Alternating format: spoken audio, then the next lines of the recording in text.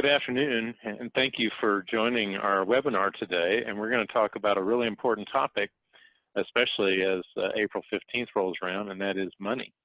And particularly, we're going to talk about budgeting. And my name is Mark Cox. I have done budgeting presentations in the past, and it's not a whole lot different. It's still, a budget is still a budget. And but I've tried to update some research and some slides and some things that hopefully make it a little more interesting, and also realizing that some of you probably have not heard the previous presentations because it was some time ago. I think that sometimes when we think about budgeting, we think rather cynically about it because we get kind of hopeless about it. It's kind of like the statement here about modern man drives a mortgaged car over a bond-financed highway on credit card gas. And I think that there are several thoughts about that, but hopefully you have developed a budget, stayed with a budget, and are seeing some slow incremental progress, because that's what budgeting progress is slow and incremental. But then if not, if you haven't been on a budget, hopefully this will be some information that will help you think about budgeting. Why is it important as a workplace issue? Because why is EAS concerned about budgeting?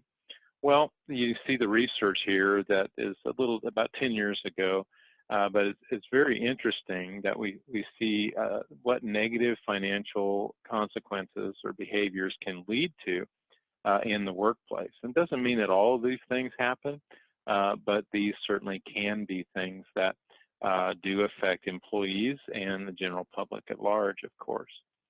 And then also they did some other research even longer ago about financial planning and budgeting, and you see the numbers here about so many people don't have any kind of financial plan and did not make it a weekly or monthly budget, and 40% never paid credit cards. And so so these are things that are really important to consider when you think about how that these are some of the behaviors that people typically do. And I think that from 2000 till now, I think we might see that things might be even worse than this at this point. So that's something to consider as a workplace issue as well. And the big one is 20% of people usually or always, that's the key word there, usually or always spent more money than they had. So that's always a problem. So now more recent research, I should say, has come up with this kind of a soccer ball diagram here, which is kind of interesting. And this is based on a very interesting story up here at howmuch.net. It's a very good website for you to access and look at. But let's take a few minutes and think about this, how this breaks down. I think one of the things that people have problems with when they think about budgeting is to think about, oh, I have to do math. And I'm a behavioral science major, and that's one of the reasons I did that is because I don't like math. And so I think that when we see percentages and numbers, we just kind of throw up our hands and give up. But let me encourage you not to do that and just think very basically about this for a minute. And because we all work hard for our money, and so if we work hard for our money, I do want to make our money, my money, work hard for me. And so that means I want to allocate it and put it in a place where it's going to do me the most good, me and my family the most good. And so to do this, we really have to have an idea of where it goes. If I just spend with kind of reckless abandon, then suddenly, hey, I don't have any more money, and then we wonder about this. So people spend a lot of time researching money and how it is spent. Companies spend a lot of time researching money and how it's spent, so that they'll know how to direct their advertising towards us. And so this research was based in 2016, so about 3 years ago. This is the most current research I could find on this. And so they took the average income. If you look down here in the bottom left corner, if you see the average income, and this is in the United States before tax, is 74664. Now this is this is, you can say, wait, I make a lot less than that. Or some might say, I make a lot more than that. But this is the average household income in the United States. And certainly our income is a big factor, but it's not the biggest factor. Our spending habits, our budgeting is the biggest factor in how we have financial success. Now, I want to point out to you that the average income before taxes is that, but then if you look above, we have this average annual expenditure is 57,311 up above in the upper left-hand corner there. So what happened to that? Approximately $16,000–17,000. Well, it went to tax. Under the 2016 tax rates at that particular level. And by the way, if this average person had made $800 more, their federal income tax rate would have jumped in 2016 from 10% to 15%. So whenever there's an increase in income, we always need to be aware of what will that do to us tax-wise. Increases in income come from second jobs, but they also come from overtime. And so we need to be aware that we may be bumping ourselves into a disadvantageous tax bracket. It's always good to make more money, Mark, right?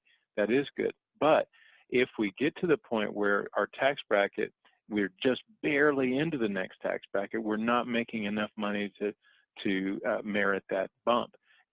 So if we bump into the next tax bracket, we want to get into the higher end of that tax bracket. So if you work overtime, work a lot more overtime. Or if you have a second job, do really well with that second job. And so that you get into that next tax bracket. You can look up tax brackets for the current year, 2019, 2020. You can look those up online and see where those limitations are. So, but this person is now, they have paid $11,200 in federal tax, $4,400 in California state tax, one of the highest in the nation, not the highest, but one of the highest in the nation. And then about $1,753 in Social Security. So that now takes us down to 57.3. So I think that we do have to work on the net. And so when we start thinking about, wait a minute, Mark, how do I do this percentage? We're talking about taking our base number here would be 57311, and then, for instance, if I'm spending 32.9% on housing, as it indicates down here in the biggest part of our budget, I would multiply 57311 times 0.329, and that would give me this 18,186 number. So see how we did that? Take the number, and so take your income, take how much you're spending on housing, and multiply, take your income, take 0.329 if you were going to use that number, and we'll talk about that in a minute, and then that will show you how much you have available to spend per year on housing. In this instance here, this number, the average in the United States, is 18,186. Now you say, Mark, wait, I spend more than that on housing. You certainly do if you live in Riverside County. If you live in Riverside County, instead of this 32.9, which is kind of the national average, we have about 37% of our income goes towards housing if we're purchasing a mortgage. And so if we're purchasing a house, about 37% goes towards the mortgage only. And we'll talk about that a little bit later. So it's very expensive to live here. Take heart, if you were in Los Angeles County, it would be 45% towards the mortgage. And so that's a contiguous county, barely contiguous to Riverside County. So that's our neighbor to the west. However, and we think about everything in real estate is location, location, location. And so if we think about our neighbor to the southeast, Imperial County, it's 32% towards housing. You say, well, Mark, why is there such a drastic difference? What we're doing is we're basing it on two things: the cost of the housing and the income that you earn in that area. So, for instance, in Riverside County, you have the cost of housing is $22,068 per year, or about $1,839 per month for just the mortgage, or just your rent if you're renting. And so that's the average cost. The average income in Riverside County is slightly higher than our national average. It's $60,134. whereas the average value of a home in Riverside County is $329,000. In Los Angeles County, comparatively, the housing cost, the mortgage cost is $27,800. The average salary is $61,338. So if you notice, there is some difference there in those two numbers, but not a big difference. But where is the biggest difference? It's in the value of the home. The value of the home in Los Angeles County on average is $537,900. So you see almost $200,000 more for that location. And in Imperial County, the average value of home is $170,900. So now we have, below Riverside County, we have almost half of that value again. So in other words, it's almost twice as much for a home in Riverside County as Imperial County, and almost twice as much in LA County as Riverside County. So location, location, location is the answer here. And so where you live, and then the salaries comparatively need to be different. This is why internet, people working on the internet, people telecommuting, things like this is becoming such a boon, because you can live in some very affordable places, even in California. You can live in some very affordable places. Imperial County, for instance, is not the best rate of return on your mortgage, and so in California, neither is Los Angeles, the worst, by the way. And so, but they're certainly on those spectrums of it, and we're right in the middle. So if we have our housing, if we're going to buy a house, we need to plan on 37% of our money going towards the mortgage. And that's important because, as you notice the rest of our ball here, everything, if you add all those percentages up, it's 100%. And so if we take 4.1% from one piece of the ball, we have to figure out where we're going to take that. Are we going to take it from entertainment? Perhaps. And that leaves us at 1.1%. Leaves us at 1% left for the year of entertainment, and that's not a lot of money for entertainment. Could we take it from healthcare? No, we can't take it from healthcare because that comes out of our check, and so that is not usable to take it from there. Can we take it from personal insurance and pension? Our pension comes out of our check, and so that too is not touchable. Now we had to take it out of personal insurance, then it gets kind of frightening. We do want to provide life insurance for our family. We want to provide home insurance on this home we're spending so much money for. So there's lots of things that we want to do with this money. So we need to be careful about taking it from this chunk, this personal insurance and pension. Do we take it from all other expenditure? Remember, we're asking for 4.1%. Where are we going to take it from? That takes us down to 2.8.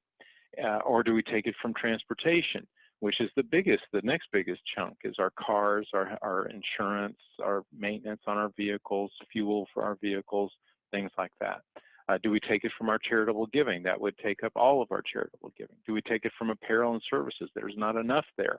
So in other words, this is how budgeting works. We have to see if we're going to go over in one category, we have to take it from another category, right? And that's the thing that we want to drive home here. The biggest thing is people talk about, you know, boy, I want to buy a house, and I'm for that. I own a home, and I love my home, and I'm for the investment. I'm for the security of that. I think that's a wonderful dream. It's the American dream, right?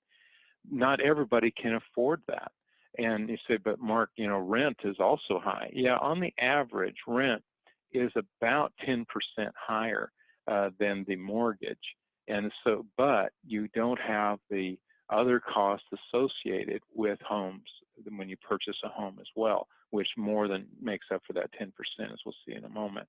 So if you're renting, don't feel doomed. In fact, there was some economic news in the Wall Street Journal about a year ago that said that many of the Gen Zers and Gen Y are seeing that renting and then investing the balance is a better financial plan.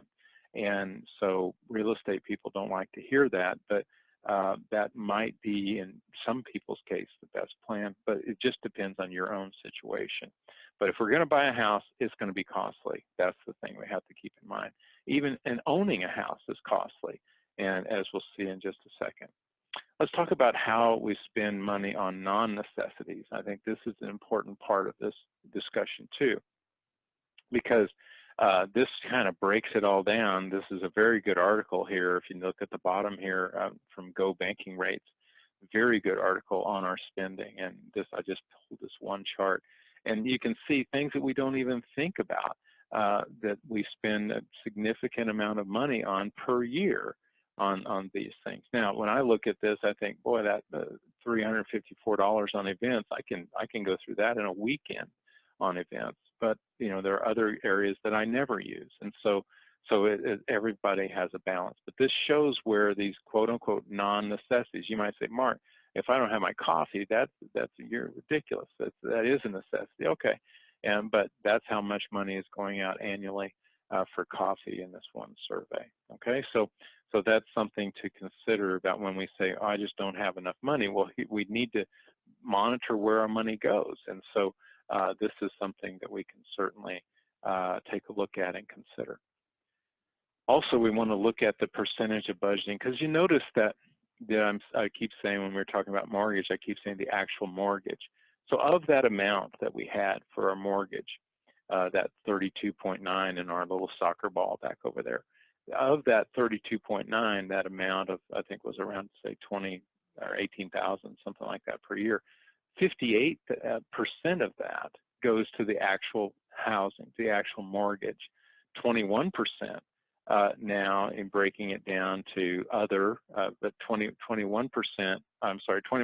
goes to utilities, and then of this other 21% or 20% or so, that goes to repairs, that goes to furnishings, that goes to these other things that go along with insurance on the home, property tax on the home.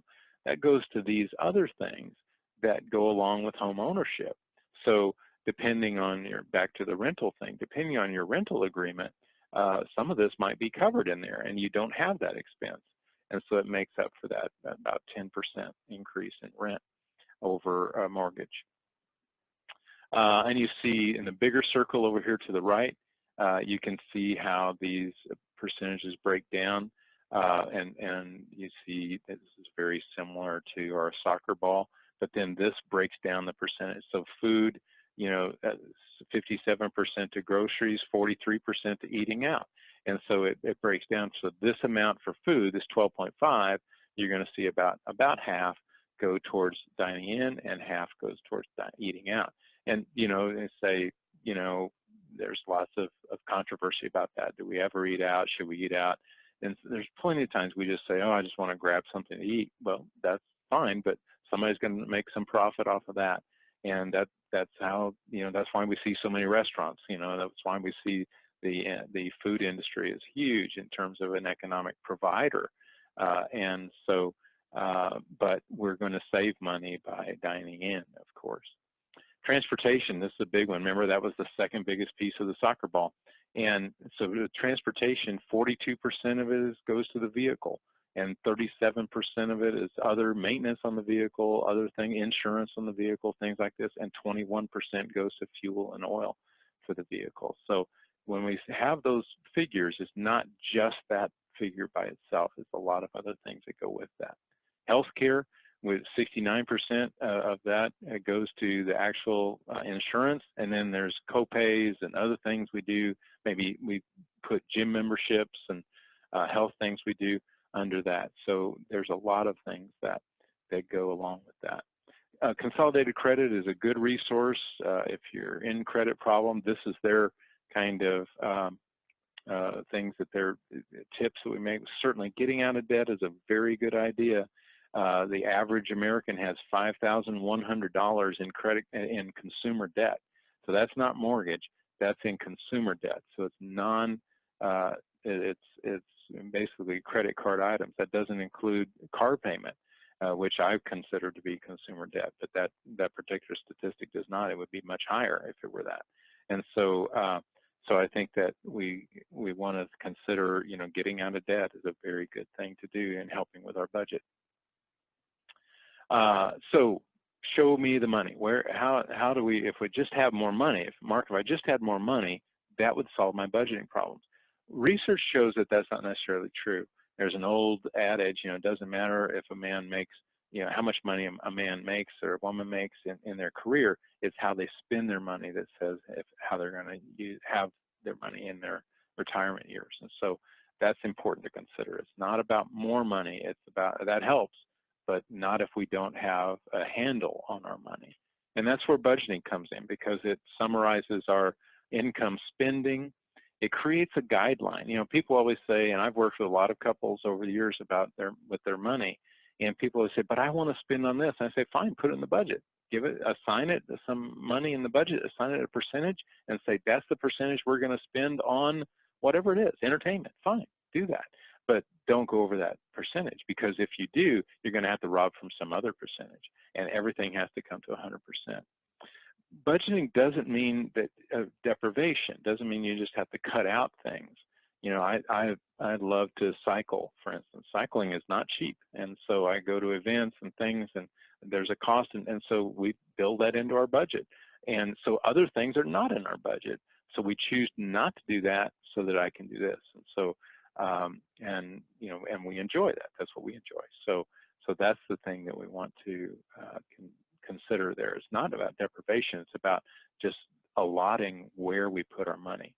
Budgeting shouldn't be guilt-based. It's just about bringing awareness to your spending and prioritizing. So if your priority is to get out of debt, then you would have a percentage about debt reduction, and that would take up a great deal of your budget until you're out of debt, and then that money would go somewhere else, so you could have something else in your budget. So budgeting really does get a bad rap. I like this quote. It says, budgeting is about insights, wisdom, informed decisions, action, and sustained discipline when it comes to household financials. It's to help you reach your goals, not to force you to conform to rigid rules. That's what budgeting is about. So if you want to buy a house, this gives you a guideline on how to get there and how to make it within that percentage that's going to fit for you. And then it doesn't become a burden. It becomes something that makes life better for you. Just owning a house and having so much weight of, oh, how are we going to manage this house? Then that becomes overwhelming for you. And that's just a house. It could be a car. It could be, whatever expense you want to look at. You need to make it fit in your budget, or it's not going to bring you as much joy as it should. You can make budgeting very complicated. You can spend a lot of money on software, but it really comes down to how much income do you have, what's going out, what I call that outgo, and then what's the balance. The interesting thing is when you really do an accounting, when you really look at your expenses over, say, 6 months, and you say, okay, and I assign categories, whatever categories you want. There's some general guidelines, but whatever categories you want, and you say, this is what I spent in this category, and this is what I spent in that category, and this is, and you look at it over 6 months and you average it out, and then you average out your income over that 6 months. Most of the time, people say, wait a minute, I actually had more money than I thought I had, and I don't know where that money went. And then they start kicking themselves because they can't feature where that money went. It just leaked. It just went away, and you want to try to stop that. You don't want to try to keep that from happening, because you work hard for your money. You want every dollar to go where you want it to go. And so that's important, and budgeting is going to help you successfully navigate that. So really get very particular about managing and watching your money just over a period of a month. Start with a month and see where does all the money go, and then do it over 3 months, and then you get an average, and then you know what it's costing you, and you know, wait a minute, I'm losing money. Where's that money going? Because I can't account for it. And then you'll suddenly realize by strengthening your budgeting, you'll be able to account for that money, and you'll know where that money is. And you may have money left over. Okay. Some really good ways to get started on this. Susie Orman's website is very good about a good financial information from Susie Orman. I think you'll see that. And so you can access her website. Just Google Susie Orman. There's some budgeting tools there. National Debt Relief. This is not a federal program to pay off debt. That doesn't exist. Government is not going to do that. We have to do that ourselves individually. And so So this is a program, though, that is just give some real good, positive consumer debt advice. And then Every Dollar is a very good program with software that is free that you can use for budgeting. All these have free budgeting tools on there. So access those, and they will help you get started. The key thing is you have to manage both sides of the equation, income and outgo. So, you know, when you think of income, the key word is increase. Don't forget about tax bracketing, like I was talking about. So it might be 2 incomes. So somebody else might have to work in the home if that's not happening, or you might need a second income. A lot of people now doing Uber, Lyft, Amazon delivery, things like this, and those provide great options for second incomes. And you might have to adjust the tax. This is very controversial. A lot of people say, well, I don't know what the big deal is this time of year. This is my boon. I get tax money back. You've lost money all year long. So if your budget's real tight all year, you can get some breathing room in that budget, money to go to debt, by adjusting your tax withholding so that you come out to zero. You don't want to come out owing, I understand that, but you do want to come out to zero or slightly above.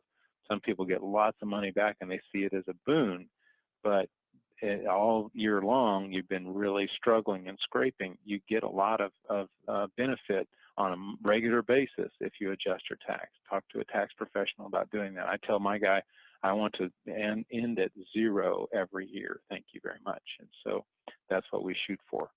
Productivity, training, these are things, you know, how do I make myself more marketable so I can get more income in my job? And those are certainly things that are helpful. And motivation is the big thing, to be motivated to do something different, to try to change your financial future. The outgo, the key word here is to decrease, it is, or to manage better, to know where it's going. So we think of COLA as cost of living allowance, and we think that's how our incomes go up. But I want you to think of COLA as cost of living allowance for, this is what I'm allowing myself to in my budget. And so it's a new definition of COLA.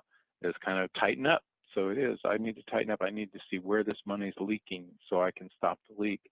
And then, yeah, maybe you have things you don't use anymore, you sell, you know, and sometimes that hurts to sell things, to part with things, but, you know, have garage sales, things like this, that or sell on Facebook Marketplace, or sell on Craigslist. Be careful on Craigslist with scammers and things like that. But yeah, however you can sell it, sell it. If you don't need it, somebody else might, and somebody else might pay you handsomely for that, and put that money towards debt or towards whatever is most prioritized in your budget. Resist the temptation to bust the budget. Oh, I'm just going to do this one time, because that has ramifications. Partner up. Hopefully you have a spouse that you can partner with, or partner up with somebody that you can say, let's do this together, and to be motivated. It comes down to motivation again, to motivate to get on a budget and make those changes that are necessary. So imagine not having debt. That would be radical, would it not? And so then you'd have a lot more money. If I was completely out of debt, I'd have a lot more money to spend like I want to spend. And so that's what you want to do. So if you have consumer debt especially, start paying that off as much as possible. Start with the smallest debt, get that paid off. That builds some behavioral intensity. I want to follow up. I think we're talking about perhaps having a webinar on the psychology of spending, and we're seeing about having a guest from Altura Credit Union come and do a presentation on that. And so it really is psychological. When you start having success with your budgeting and your spending, you will start feeling better about things, and you'll enjoy winning, and you'll start seeing that your money can work for you instead of you working for it. So decide on a goal, devise a plan to reach the goal, develop consistent monitoring of your progress. This is very important, that you do it weekly, so you set a monthly goal, and then every week you check in, how are we doing on this week on reaching the goals. That means, are we staying within budget? Did those bills go through? Did that check clear? All those things, and making sure that nothing slips up and we get things done.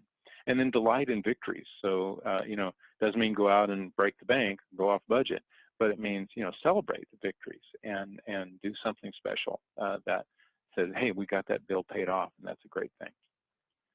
There are budget busters. We get tired of this. We get bored. We feel like we're doing such a good job. We need to give ourselves a little pat on the back. We get frustrated when a bill comes in we weren't expecting, and we feel alone because we see our friends that are not on a budget, or maybe they've budgeted well and they're doing things that we'd like to be doing, and we feel kind of lonely. So these are the budget busters. These are the things you need to be aware of, because these things will come up and bite you, and they will run up against you. And so those are kind of some of those psychological factors to stay away from when we are dealing with trying to persevere and win at budgeting. This is a quote. I really like this quote by Heinrich Ibsen. Says, money may be the husk of many things, but it's not the kernel. So as much as we're talking about this, it's just money, but money is very important. That's why we're working. We're working hopefully because we enjoy the work that we do, but we need to get paid, and this is our livelihood, and so that's important. And money does, as this quote says, bring you food but not appetite, medicine but not health, acquaintances but not friends, servants but not loyalty, days of joy but not peace or happiness. So keep that in mind, that, you know, we don't want to worship money.